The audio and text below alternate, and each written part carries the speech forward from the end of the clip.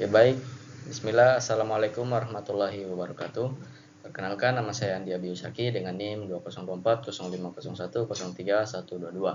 Nah, di sini saya akan mempresentasikan UAS dari mata kuliah akuntansi biaya yang dimana dosen pengampunya yaitu Bapak Muhammad Imran SEMAK.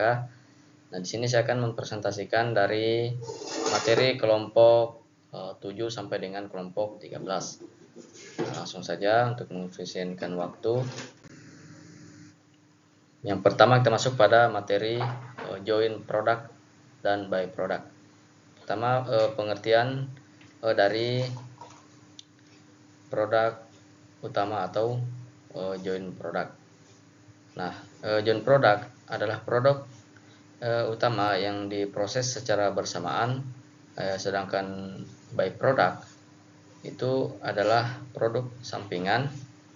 Nah, sedangkan karakteristik dari keduanya yaitu yang pertama produk diproses secara bersamaan dan setiap objek produk utama mempunyai nilai ekonomis yang relatif sama.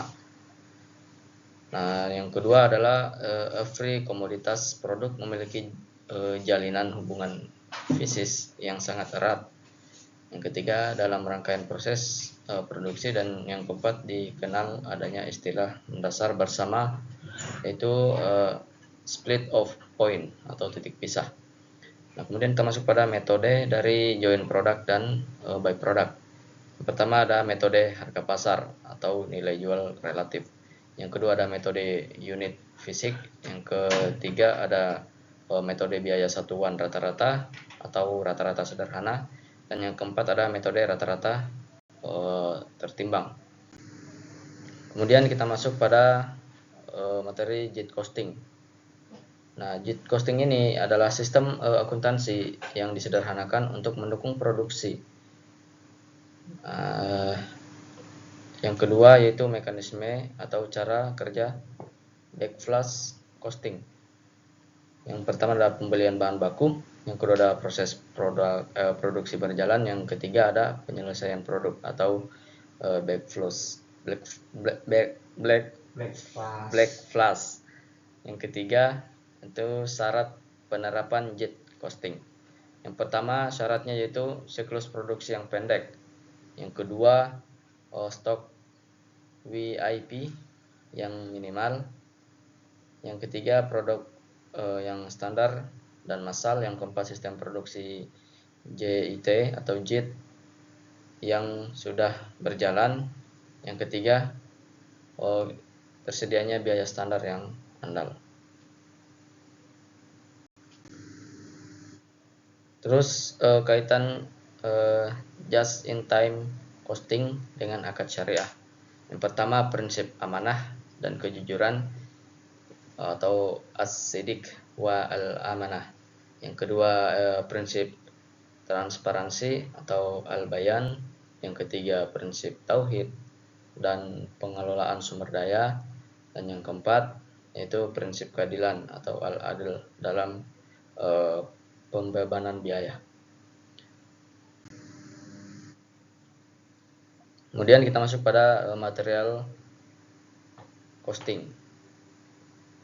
Apa sih itu material costing? Yang pertama itu sistem pengendalian yang digunakan untuk mengawasi, mencatat, dan mengelola seluruh pergerakan bahan baku mulai dari proses pengadaan hingga bahan tersebut digunakan dalam proses produksi.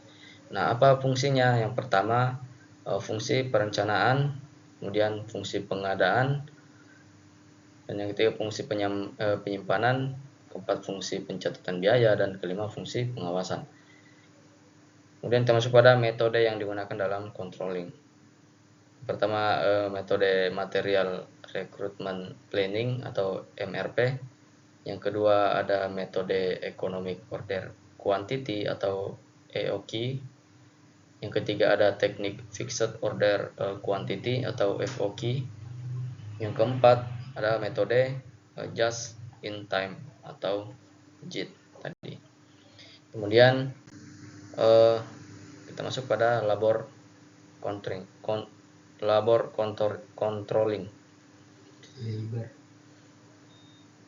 Yang pertama Apa sih itu labor controlling? Labor controlling itu bagian integral dari akuntansi biaya yang bertujuan untuk mengendalikan efisiensi dan efektivitas penggunaan tenaga kerja agar biaya yang dikeluarkan dapat diminimalkan tanpa mengurangi kualitas dan kuantitas output. Nah, kemudian termasuk pada ruang lingkup labor controlling. Yang pertama ada klasifikasi biaya tenaga kerja. Kemudian yang kedua ada perencanaan dan pengukuran. Yang ketiga pengendalian operasional dan yang keempat evaluasi kinerja. Nah, terus metode yang digunakan untuk mengukur kinerja labor controlling. Yang pertama ada metode pengukuran labor cost control atau pengendalian biaya tenaga kerja. Yang kedua ada metode pengukuran productivity control atau pengendalian produktivitas. Yang terakhir ada metode pengukuran manpower planning control atau pengendalian perencanaan sumber daya manusia. Kemudian termasuk pada strategi yang diterapkan untuk meningkatkan efektivitas labor controlling. Yang pertama ada peningkatan kompetensi dan pelatihan karyawan. Yang kedua ada penerapan standar kerja dan pengukuran kinerja. Yang ketiga ada pemanfaatan teknologi informasi dan HRIS. Yang keempat ada pengendalian dan evaluasi biaya tenaga kerja. Selanjutnya kita masuk pada Factory Overhead Controlling. Apa itu? Semua biaya yang terjadi dalam proses produksi yang tidak termaksud biaya bahan baku langsung maupun biaya tenaga kerja langsung. Nah, mekanismenya pengendalian overhead, yaitu yang pertama ada perencanaan dan penganggaran biaya, yang kedua ada departementalisasi biaya overhead, yang ketiga ada metode pembebanan biaya. Nah, kemudian analisis varians atau selisih sebagai alat kendali biaya overhead pabrik. Itu analisis varians ini adalah proses menghitung dan mencari penyebab perbedaan antara biaya standar dengan biaya yang sesungguhnya. Nah, namun dalam pengendalian biaya overhead pabrik atau BOP ini konsep dasarnya berfokus pada dua hal. Yang pertama ada pengawasan biaya, yang kedua ada evaluasi kapasitas. Nah, termasuk pada departementalisasi biaya overhead pabrik.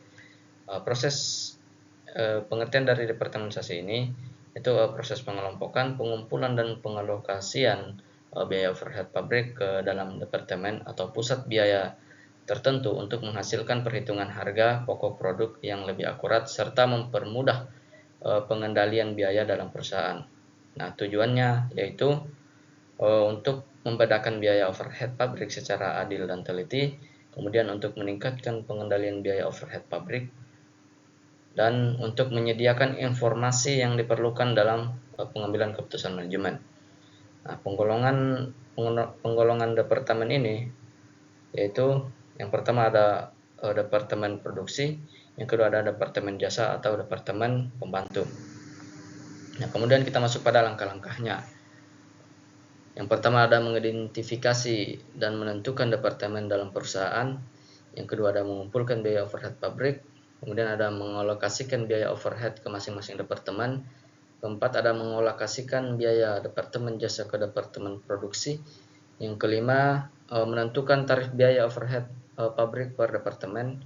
Dan yang keenam membebankan biaya pabrik kepada produk. Kemudian termasuk pada penerapan sistem biaya standar dan analisis varian. Nah, metode ini penentuan biaya yang dilakukan sebelum proses produksi berlangsung. Kemudian penerapan sistem biaya standar. Yang pertama ada penerapan standar biaya bahan baku, yang kedua ada penerapan standar biaya tenaga kerja langsung, dan yang ketiga ada penerapan standar biaya overhead pabrik. Kemudian pengertian daripada analisis varian. Nah, analisis varian ini yaitu proses membandingkan biaya aktual yang terjadi dengan biaya standar yang telah ditetapkan sebelumnya. Nah, terbagi menjadi tiga. Yang pertama ada jenis variannya, kemudian ada analisis varian bahan bakunya, dan yang terakhir ada analisis varian tenaga kerja. Yang pertama jenis varian. Yang pertama ada varian menguntungkan dan varian yang tidak menguntungkan. kedua analisis varian bahan baku. Yang pertama varian harga bahan baku dan varian kuantitas bahan baku. Kemudian analisis varian tenaga kerja. Analisis varian tenaga kerja. Varian apa ini?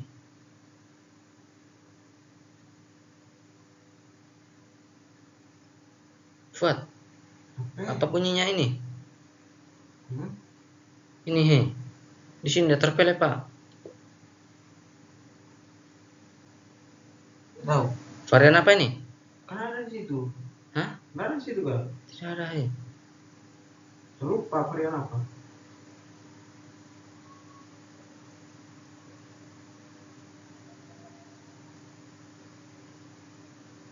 Apa ini Cok? Varian apa ini?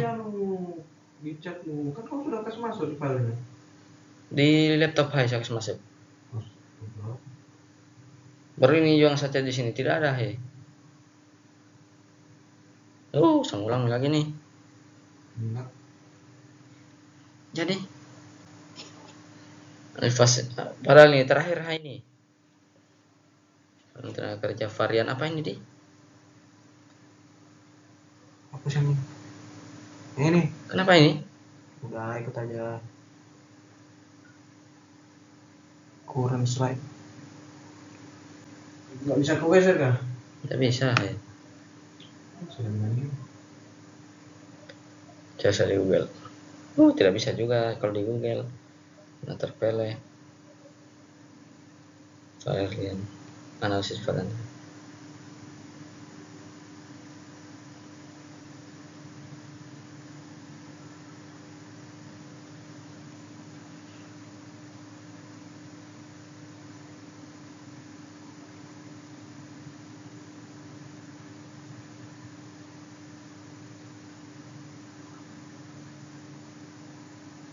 Perbedaan waktu kerja di.